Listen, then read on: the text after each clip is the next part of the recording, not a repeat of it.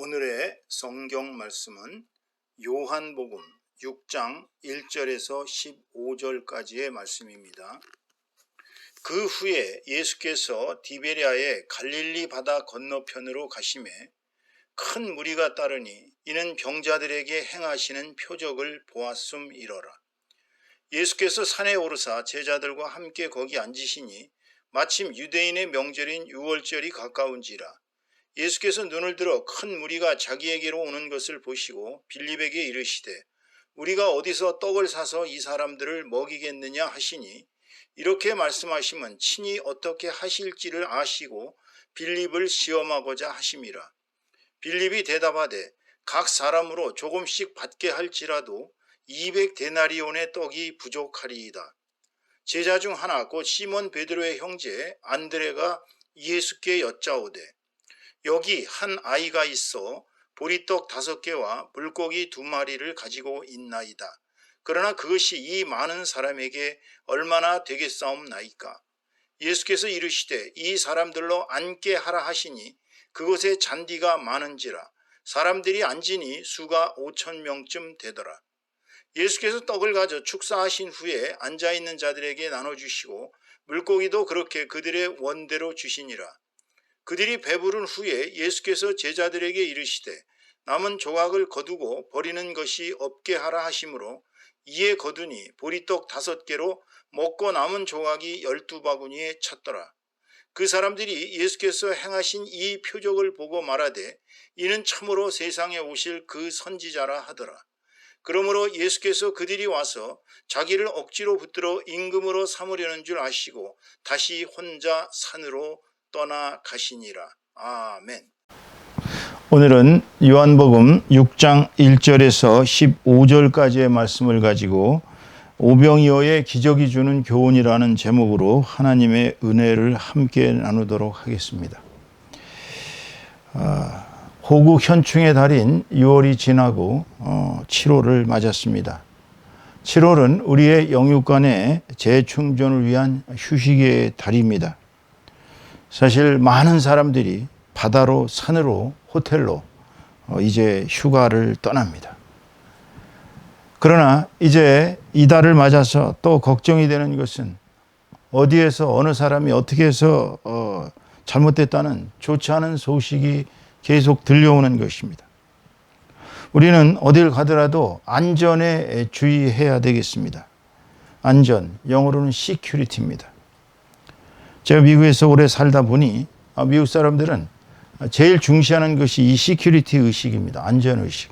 근데 한국 사람들은 이 안전의식에 좀 소홀한 감이 있습니다. 너무나 이 시큐리티 의식이 약해요. 좀 미약합니다. 여러분들 휴가를 떠나는 것은 좋으나 안전에 꼭 유의하시기 바랍니다. 그리고 휴가를 가시더라도 여러분들은 크리스찬이라는 사실을 잊으시면 안 되겠습니다. 주일 성수를 꼭 하십시오. 주변에 교회에 가시든지 주변에 교회가 없다면 가족들끼리라도 그렇게 성경책이 없다면 휴대폰이라도 놓고 주일 성수를 하는 그런 아름다운 크리스찬 성도의 자세를 잃지 마시기 바랍니다. 그리고 지나친 일탈과 지나친 방종으로 말미암아 성도의 그런 본분을 잊는 일이 없도록 그렇게 부탁을 드립니다. 또한 휴식이 고통이 돼서는 안 되겠습니다. 즐겁게 휴식을 하고 그야말로 물질에 의해 고통을 받는 그러한 어리석음이 없도록 물질을 근검 절약하는 자세를 가져야 합니다. 오늘은 이러한 7월 재충전을 위한 휴식의 달로서의 우리가 왜 이 오병이어의 기적이 우리들에게 현재 필요한지, 현재 교훈을 주는지를 알아야 할 것 같습니다. 근데 많은 분들이 사실 이 오병이어의 기적에 대해서 의심을 하고 있는 경우가 많습니다. 과연 오병이어의 기적은 진실인가? 왜냐하면 이 과학적으로 봐서는 있을 수가 없는 얘기거든요. 5개의 떡덩어리와 2마리의 물고기를 가지고 5,000명 이상의 사람들을 먹였다는, 아주 배부르게 먹이고 또 많은 그런 나머지 것들이 남아서 광주리에 담았다는 이러한 이야기가 과연 진실된 것인가? 그런데 우선 이것이 크리스찬들의 그 가장 중요한 그러한 일화 중에 하나지만 이것이 꼭 왜 하필이면 이 4대 복음서인 마태복음 또 마가복음 누가복음 그리고 요한복음 4대 복음서가 똑같이 다루고 있는지에 대해서 우리가 분명히 알아야 할 것입니다. 이것이 역사적 사실이기 때문에 이 복음서의 저자들은 반드시 이 이야기를 썼습니다. 과학적으로 이것을 증명할 수는 없어요. 사실상. 그렇지만 이것을 만약에 우리가 좀 이렇게 상상력을 발휘해서 과연 이런 것이 가능할 것인가라는 것을 한번 생각해 본다면 이것은 쉽게 얘기하면 물질 복제입니다. 떡덩어리 5개와 또 생선 2마리를 계속 복제한 것입니다. 물질을 복제한 것이에요. 이렇게 얘기를 하니까 제가 보스턴에서 사역할 때에 제가 이제 아침마다 성경 공부를 가르쳤는데 성도들 중에는 거기에는 이제 기술자들, 박사들이 많이 있었습니다. 교수들. 그래서 이분들이 이제 제가 성경 강의를 이 부분을 하니까 꼭 물어보더라고요. 어떻게 그게 가능하냐? 오병이어의 기적이 어떻게 가능하냐? 그래서 제가 그들에게 설명을 했습니다. 여러분들 물질 복제라는 거는 가능하다고 믿으시죠? 그랬더니 믿는데요.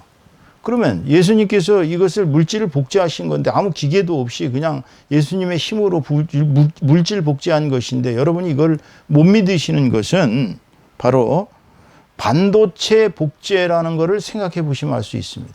여러분 반도체가 뭔가요? 반도체는 아시다시피 이 손톱만한 그러한 칩입니다. 손톱만했습니다. 그런데 그 금덩어리랑 똑같아요. 손톱만한 금과 똑같은 가치가 나가고 있습니다. 근데 반도체 원판을 만들 때는 어마어마한 크기에다가 그것을 만들어 가지고 그거를 이제 줄입니다. 축소해서 손톱만한 크기로 줄여요. 그래서 순간순간에 막 어마어마한 속도로 뽑아내는 거예요. 금덩어리를 막 만들어내는 것입니다. 그런데 그 원판이 있어야 반도체를 복제하려면 원판이 있어야 되지 않습니까? 바로 원판이 예수 그리스도인 것이에요. 무슨 얘기냐면은 그리스도께서는 아시다시피 천지를 창조하신 하나님의 말씀으로 태초에 계셨습니다. 그러니까 하나님께서 천지를 창조하실 때 빛이 있으라 하니 있으셨어요. 그러니까 예수님이라는 존재가 말씀으로 로고스로 계실 때에 모든 만물이 다 예수님을 통해서 창조되셨기 때문에 바로 예수님이 원판인 것입니다. 그렇기 때문에 예수님이 원판이시기 때문에 예수님이 머릿속에 생각하시는 그대로 다 이렇게 복제가 돼서 나온 거예요. 라고 설명을 했더니 그제서야 그들이 납득을 하고 아 그렇군요. 이제서야 믿어집니다. 라고 얘기하더라고요. 역시 과학자들이라 기술자들이라 과학적으로 설명하니까 알아듣더라고요. 반도체 복제의 원판이듯이 예수 그리스도는 바로 이 오병이어 물질을 복제하는 원판이셨어요. 예수님의 생각과 말씀 그대로 이루어진 것입니다. 이스라엘 사람들이 출애굽을 했을 때 여러분도 알다시피 광야에서 40년간을 떠돌았습니다. 근데 광야에서 40일 동안 40여 년입니다. 40여 년 동안을 떠돌 동안 과연 어땠습니까? 그들이 먹을 것이 없었습니까? 하늘에서 만나가 내려왔습니다. 메추라기가 매일 딱 정해진 만큼 내려왔어요. 그들의 신발은 닳지 않았습니다. 그들의 의복은 다시 해입었다는 기록이 없어요. 그들의 의복과 신발은 전혀 닳지 않았습니다. 그러니까 40여 년 동안 광야 생활할 동안 하나님께서는 그들의 모든 시간과 공간의 관념을 초월해서 천국의 모형을 그대로 보여준 거예요. 먹고 살 걱정 없었어요. 의식주죠. 옷 걱정 없었어요. 살 걱정 없었습니다. 왜냐하면 낮에는 구름 기둥, 밤에는 불 기둥으로 하나님께서 가실 길을 그대로 인도를 했어요. 이것이 광야 생활 40여 년에 이스라엘 사람들을 인도하셨던 하나님의 기적이셨습니다. 그래서 우리는 이 출애굽 때의 만나의 기적과 함께 이 오병이어의 기적을 구약의 기적, 신약의 기적으로 그렇게들 인구에 회자되고 있습니다. 그렇다면 왜 예수님께서는 오병이어의 기적을 베푸셨을까요? 제자들이 주장한 대로 제자들이 그렇게 얘기했지 않습니까? 이제 밤도 깊었고 저들이 지쳐 있는데 이 동네로 보내서 먹을 거를 사 먹게 내버려 둡시다 라고 얘기를 했습니다. 그러면은 예수님께서는 그들에게 뭐라 그랬어요? 저들이 가다가 지쳐서 굶주려 지쳐서 쓰러질까 걱정이 된다. 그러니까 너희들의 음식을 줘라. 이렇게 얘기를 합니다. 그러니까 너희들의 음식을 주라니까 예? 저희들의 음식이 뭐가 있습니까? 저들을 먹이려면 200데나리온의 돈을 가지고도 부족합니다. 200데나리온이란 거의 1년치의 임금에 해당되는 그런 어마어마한 돈입니다. 그런 돈이 있어야 저 5천 명을 먹일 텐데 저희가 무슨 수로 먹입니까? 라고 얘기를 하니까 예수님께서 참 이미 당신은 다 어떻게 하실 거를 다 생각하고 제자들을 시험하셨던 거거든요. 그랬더니 예수님께서 너희들이 가지고 있는 게 뭐가 있느냐라고 묻습니다. 그러자 어떤 소년이 바친 5개의 떡, 여기서는 떡이 아니라 사실은 빵이죠. 그 사람들의 개념으로 보면 병은 떡의 개념이 아닙니다. 여기서 5개의 빵과 2마리의 물고기가 있습니다 라고 얘기하자. 그러면 저들 5천 명을 쫙 이렇게 질서 있게 앉혀라. 그래서 주님이 그들이 보는 앞에서 그냥 계속 떼주시는 거예요. 떡도 떼주고 생선도 떼주고 그냥 그 사람들이 먹고 싶은 만큼 다 가져간 거예요. 어떤 사람은 5마리를 먹었을 것이고 어떤 사람은 6마리를 먹었을 것이고 어떤 사람은 아유 나는 1마리도 못 먹겠어요. 반마리 먹었겠죠. 또 떡도 어떤 사람은 5개를 먹었을 것이고 어떤 사람은 2개를 먹었을 것이고 이런 식으로 사람마다 다 먹고 싶은 만큼 먹고도 배가 부르고도 남았다는 겁니다. 예? 여기 보세요. 남은 조각을 버리는 것이 없으려 하시고 보리떡 5개로 먹고 남은 조각이 12바구니에 찼다고 그랬습니다. 12바구니에. 예? 광주리 12광주리에 찼어요. 자, 우리가 이것을 보면 예수님께서 왜 오병이어 기적을 베푸셨는지를 여기서 여실히 알 수 있습니다. 첫째는 하나님의 긍휼하심과 하나님의 사랑이 그들에게 나타나신 것입니다. 생각해 보세요.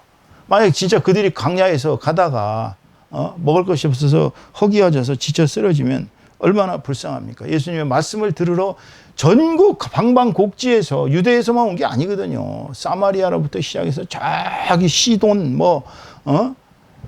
어마어마한 먼 곳에까지 예수님의 말씀을 듣고 예수님에게 병치료라도 받기 위해서 온 사람들이 배가 고파서 잘못하면 굶주려 죽을 수도 있어요.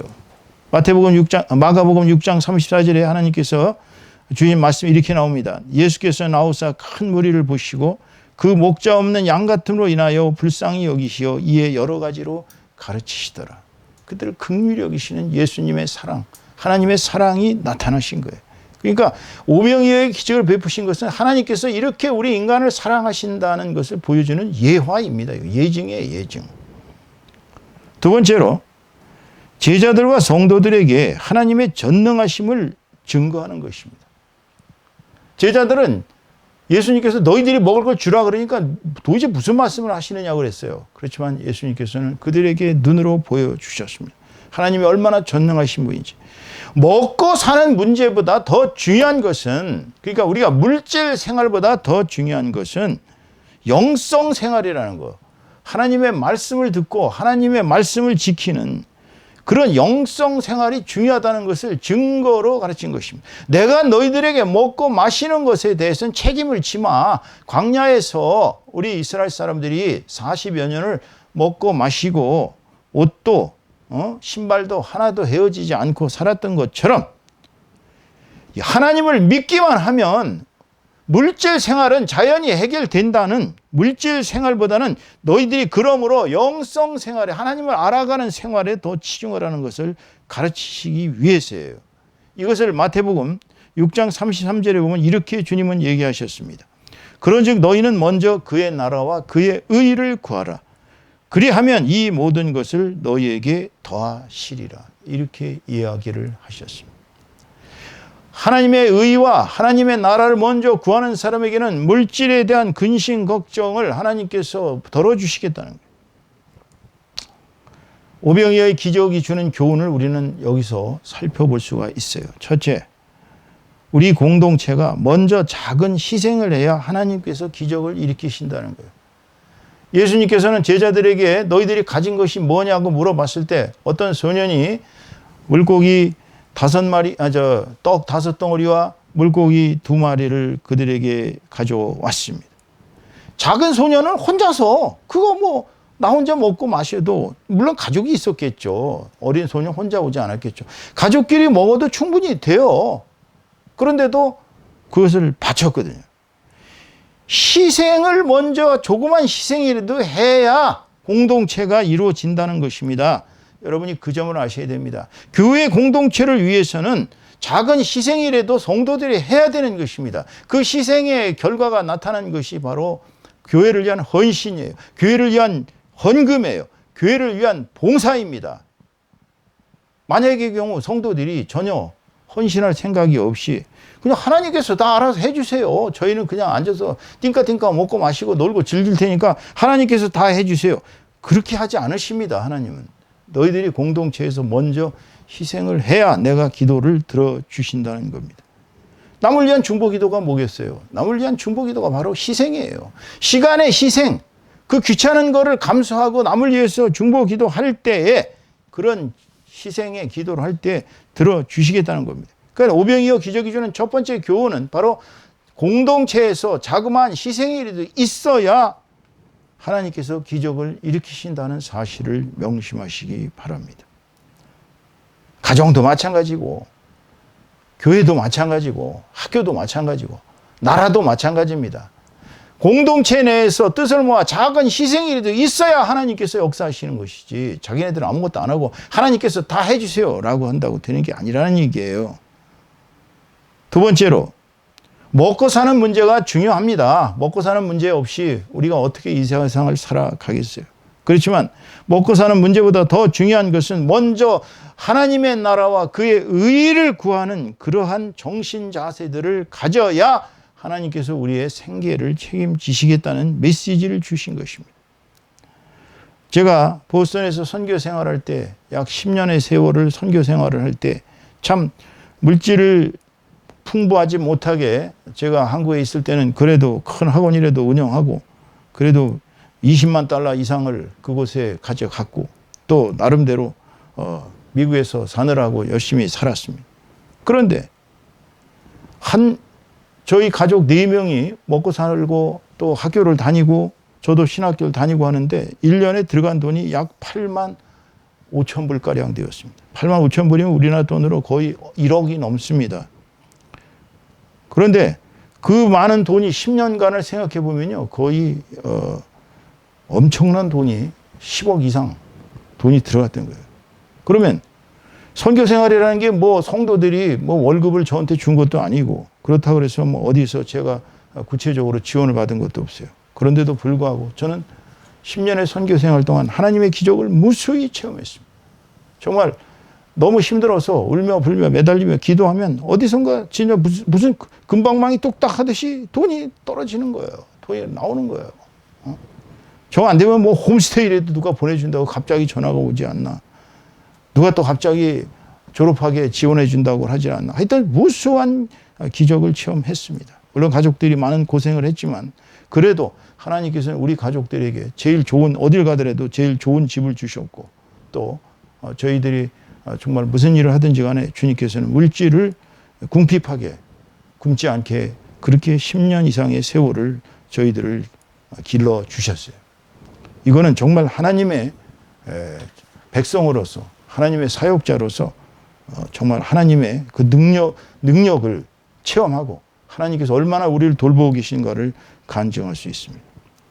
세 번째로 오병이어의 기적이 주는 교훈은 뭘까요? 바로 물질을 아끼라는 것입니다. 근검 전략하라는 것입니다. 본문의 1절에서 13절 보시면은요. 본문의 13절을 보시면 그들이 배부른 후에 예수께서 제자들에게 이르시되 남은 조각을 거두고 버리는 것이 없게 하라 하심으로. 그러니까 요점의 방점을 찍어야 됩니다.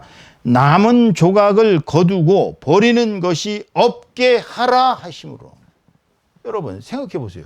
다 공짜로 생긴 거 아니에요. 백성들이 볼 때는 그냥 뭐 예수님 앉아서 다 이렇게 공짜로 찍어낸 거니까 공짜로 만들어내신 거니까 뭐 그냥 그야말로 나머지 그런 것들 다 버릴 수 있잖아요. 사람들은 아마 남은 조각을 뭐 하러 그걸 남겨둡니까? 그냥 귀찮은데 버리죠. 이럴 것입니다. 아마 제자들도 그냥 버리고 가자고 그랬을 거예요. 그런데 주님께서는 그들에게 명령을 하신 거예요. 남은 조각을 거두고 버리는 것이 없게 하라. 왜 그러셨을까요? 네? 여러분 이 점 생각해 보신 적 있나요? 오병이어 기적을 강의하시면서 아마 여러분들이 이 점에 대해서 조금 왜 이렇게 말씀하셨을까 생각해 봤는지 모르겠습니다. 여러분 남은 조각도 하나님의 것입니다. 먹은 것도 하나님의 것입니다. 이 세상의 모든 것은 다 하나님의 것이에요. 예수님께서는 하나님의 능력으로 하나님이 주시는 것을 그들에게 나눠주고 부스러기가 남은 거예요. 그렇지만 그 부스러기도 하나님의 것이기 때문에 버리는 것이 없게 하라 그러신 것입니다. 여러분 이 세상 살면서 여러분 혹시 물질을 낭비하지 않으십니까? 화장실에 가서 쓸데없이 물 막 버리지 않습니까? 혹시 화장지도 마구잡이로 쓰지 않으십니까?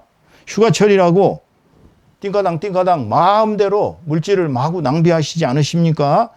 정말 해수욕장에 남겨진 쓰레기를 보면 끔찍할 정도로 많은 것들이 그야말로 그대로 버려지는 경우도 많이 발생합니다. 이것은 이 세상의 모든 물질이 하나님의 것이라는 사실을 착각한 사람들의 망발입니다. 여러분, 물질을 아끼지 않으시면 주님께서는 결코 죄가 없다고 하지 않으십니다. 무슨 얘기냐면요. 우리가 물질을 낭비하지 않습니까? 그대로 우리에게 징벌로 돌아옵니다. 첫째로 물질을 낭비하고 돈을 낭비하면 어떻게 됩니까? 나중엔 가난하게 됩니다. 주님께서 그대로 내버려 두질 않으세요. 뺏어가십니다. 적당한 데. 반드시 아끼셔야 됩니다. 화장지 하나 아끼세요. 물도 마음대로 쓰지 마세요. 이 세상에 샴푸로 인해서 얻어지는 그 자연 환경, 자연 오염, 우리로 인해서 수많은 사람들이 수많은 동물들, 수많은 생물들이 죽어가고 있다는 사실을 우리는 잊어서는 안 됩니다. 그렇기 때문에 오늘 오병이어의 기적이 주는 교훈은 물질을 아끼라. 근검 전략하는 생활을 하라는 것입니다. 마지막으로 오병이어의 기적이 주는 교훈 14절 15절에 보시면 세상 사람들은 이제 예수님만 왕으로 앉히면 예수님이 임금으로 계시면 뭐 먹고 사는 문제는 아무 걱정 없다고 생각했기 때문에 예수님을 자신들의 지도자로 삼고 싶어 했습니다. 왕으로 삼고 싶어 했어요. 하지만 예수님은 그들에게 먹고 사는 문제를 해결해 주는 왕이 아니십니다. 당연히 주께서는 그의 나라와 그의 의를 구하는 자들에게 먹고 사는 문제를 해결해 주시지만 주님이 우리에게 주시는 것은 단순한 먹고 사는 문제가 아니라 우리의 이 주거질 육체를 위한 삶이 아니라 우리의 영원히 천국에서 살게 해주시는 영생의 면류관을 우리에게 주시는 분입니다. 그렇기 때문에 우리는 예수님께서 우리를 죄에서 구원하셔서 우리에게 영생을 주시는 하나님을 믿으시고 예수님을 따라가야 할 것입니다. 오늘 설교의 교훈을 맺습니다. 오병이어 참 대단한 역사요 기적입니다. 하지만 그 오병이어의 기적을 통해서 주님께서는 우리들에게 큰 교훈을 주고 계십니다. 그것은 바로 공동체를 위한 작은 희생이라도 있어야 된다는 것이고 그리고 먹고 사는 문제가 중요하지만 무엇보다도 중요한 것은 먼저 하나님의 나라와 그의 의를 구하는 그러한 영성 생활의 중요성을 강조하고 계시는 것이군요. 그리고 주님께서는 우리들에게 반드시 물질을 아끼고 근검 전략하는 생활을 하라고 강조하고 계시고 그리고 주님께서는 우리에게 배불리 잘 먹고 잘 살게 해주는 그러한 지도자, 그러한 것을 원하시는 것이 아니고 우리에게 모든 이 세상에서의 죄를 씻고 우리가 영생에 이르르는 그러한 생명의 면류관을 우리에게 주시는 하나님을 믿어야 할 것입니다. 오늘 이제 즐거운 또 휴가를 떠나시는 분들 7월 맞아서 우리는 정말로 하나님을 섬기는 사람답게 그러한 사람답게 건전하게 건강하게 그리고 그 하나님의 가르침에 벗어나지 않게 그렇게 휴가를 잘 즐기시고 재충전해서 돌아오시는 저와 여러분 다 되시기를 주님의 이름으로 축원합니다. 축원합니다.